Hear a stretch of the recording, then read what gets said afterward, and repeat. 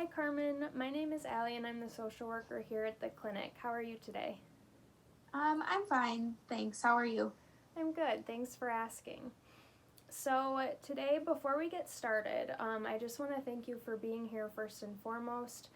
I know you probably have a million other things that you'd want to be doing right now, but it is really important that you're here and just showing up, so thank you for that. Um, and also, as we go, I do find it helpful to just have some notes, so I will be writing a few things down as we go. Is that okay with you? Yep, that's fine. Good, thanks. Um, so before we kind of delve into things on a deeper level, I just have been informed that you've been diagnosed with type 1 diabetes. And I just kind of want to gauge your understanding about that since I haven't been in your other appointments. I think it'd be helpful to just kind of start there. So, could you tell me a little bit about that? Yeah, so I recently went to the doctor and they said that I had this, and I don't really understand what it is, and they're telling me that I have to do all these different things to, like, my diet and taking stuff to school to, like, check my blood sugar and stuff, and it's just kind of overwhelming, and I don't really know a lot about it. Okay, so it sounds like they've tried to tell you, but you're just not really understanding it to its full extent, right?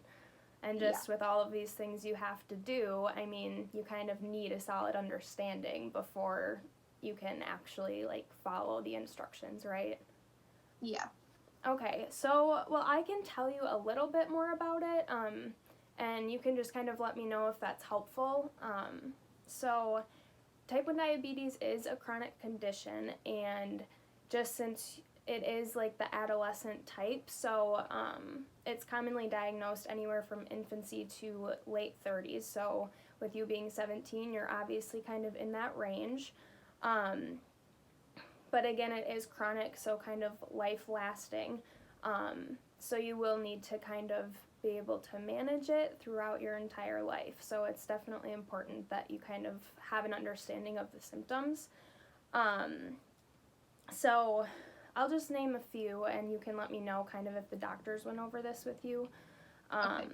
But like extreme thirst is a symptom, drowsiness, sudden vision changes, an increased appetite, and sudden weight loss. And sometimes you might have a little difficulty in breathing. Um, so, is that kind of a few of the symptoms that the doctors went over with you? Yeah, I think so. Okay, so then, two, with this diagnosis, um, the scientists believe that it's kind of your body's immune system attacking each other and destroying the insulin that you're producing. Um, And so, with that, your body then produces little or no insulin. So, that's kind of why you need to inject it by yourself for that kind of to be your body, like an artificial kind of way for your body to produce its own insulin. Okay. Um, and just some long term consequences too are heart and kidney damage, nerve damage, loss of blood flow to hands and feet, and vision loss. So with that, that's kind of why you really need to be injecting the insulin, checking your blood sugar, just so hopefully these long-lasting effects don't happen. So, Okay. does that make a little more sense? Yeah, kind of. I think it's stupid and I just don't, it's a lot of work to try and manage on my own. And so, yeah, it's just frustrating to have to do it all. Yeah, for sure. So, it's not even so much the symptoms that are kind of bothering you, it's just annoying that you have to deal with it in the first place, right? Yeah. Does that okay? Yeah, that's understandable. So with that, I guess it kind of leads us into how you're coping, and I just kind of want to maybe explore some of your social support system. I know you live with your dad, correct? Mm-hmm. Okay. Um, can you tell me about any other social supports, whether it's other family members or maybe some friends at school, since I know it might be kind of frustrating to have to deal with this at school too. Yeah, I have a teacher that I get along with pretty well and some friends at school. And you had mentioned my dad, but he works a lot and he's not home all the time. So at home it's frustrating because my dad's not there to like remind me to do stuff. But at school I have a little bit more support, I think. Okay. So, I mean, that's definitely something that we can build off of. And maybe if you find yourself getting a little bit more support at school, it might be easier to manage at home too. Yeah. So, would you maybe be comfortable kind of talking about it with this teacher since it's a trusted adult, it sounds like? So, would you be open to maybe confiding in her a little bit about what's yeah, going maybe. on? Yeah. Okay, well, that's definitely a starting point. And just since there is just one teacher, obviously the friends at school can also be a huge resource too, since this one teacher won't be around all of the time, right? Yeah. Okay, well, good. Let's see. So, I mean, as we keep going, and hopefully I'll be seeing you at clinic more and more, so we can definitely kind of keep these social supports in mind as a resource. But I also maybe want to explore some coping mechanisms on your own as well, because I know it kind of sounds like the whole diagnosis is just really stressing you out. Yeah. And so, yeah, with that, I mean, stress management can be really important as well. Do you have any hobbies that you enjoy doing or just ways that you can kind of decompress? I like to watch TV and I like to draw some and I like music. Okay. Yeah, those are all great. So maybe just kind of really building off of that, and anytime you start to feel stressed, maybe just listen to some music, and kind of maybe get your mind off the diagnosis a little bit, since it can be kind of encapsulating your everyday life. So definitely something to keep in mind there too. Okay. So with that, I guess today will be just kind of a brief meeting. So I do just really kind of want to ensure you that your care team, including myself, is here to support you. And I think I saw on your chart that you have missed a couple appointments. Is that right? Yeah, I can't remember when they all are and where I need to be and trying to get my homework done and getting to the clinic since my dad works a lot. I just forget when they are. Okay, so just with everything going on, it's hard to kind of keep track of your appointments and everything else. I assume schoolwork too. Yeah.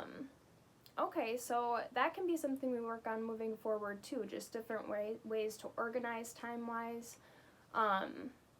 But we can save that for another day since today is just kind of an introduction. Okay. Okay, so with that too, we are here to support you, so I'm just wondering if there's anything that I can do to ensure that you can still make it to clinic. We will go over the scheduling and organization maybe the next meeting. But until then, is there anything that you need from me? Well, I know sometimes they've been sending me like email reminders of like when my appointments are and stuff, and I don't really check my email a lot, and so maybe like a text reminder might be helpful since you're in clinic, if you know when my other appointments are, to maybe text me like the day before so I have a reminder of like what time and where I need to go. Yeah, for sure. So I believe I have your home phone now. Could I get your cell phone for the text message? Yeah. It's 608-841-3592. Perfect. Thank you.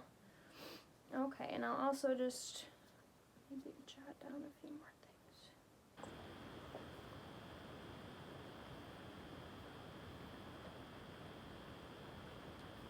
Okay, perfect. So I am seeing it's about 1:30, so we are running a little bit short on time now. So I know we talked a lot about just your diagnosis, some symptoms. Hopefully, you did get a little bit of an understanding, more so than when you arrived, Yeah.